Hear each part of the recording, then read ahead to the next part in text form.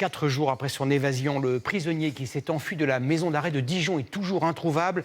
Hier, les policiers du RAID ont cru pouvoir l'interpeller à Besançon, mais ils n'y sont pas parvenus. Le jeune homme, âgé de 19 ans seulement, est jugé potentiellement dangereux.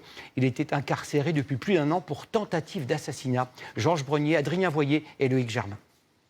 Il est ce soir encore l'objectif numéro 1 des policiers français.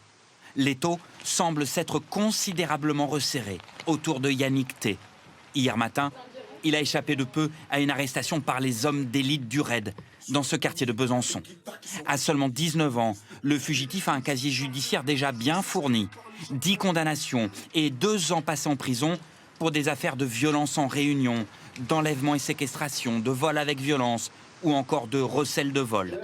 Le procureur de la ville évoque un jeune homme ancré dans la délinquance depuis bien longtemps. Sans repère, en errance, sortant de détention, ayant déjà un petit peu tanné le cuir avec un certain nombre de faits de nature crapuleuse. Donc c'est quelqu'un qui présente le profil qui accepte facilement pour quelques milliers d'euros d'exécuter un contrat criminel.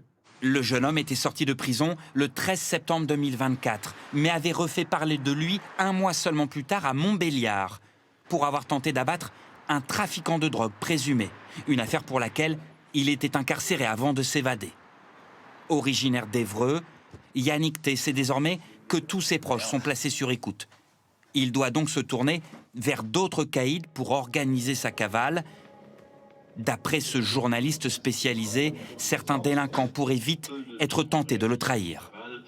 C'est très difficile quand on est en cavale de faire confiance à quelqu'un, ne serait-ce que pour se procurer de la nourriture, des faux papiers, un billet de train ou des choses comme ça. C'est très difficile parce que à tout moment dans ce milieu-là, on peut tomber sur quelqu'un qui va choisir pour se protéger de vous balancer. Les enquêteurs savent que le fugitif a peu de chances de se rendre. La tentative d'assassinat pour laquelle il est poursuivi lui fait encourir la prison à perpétuité.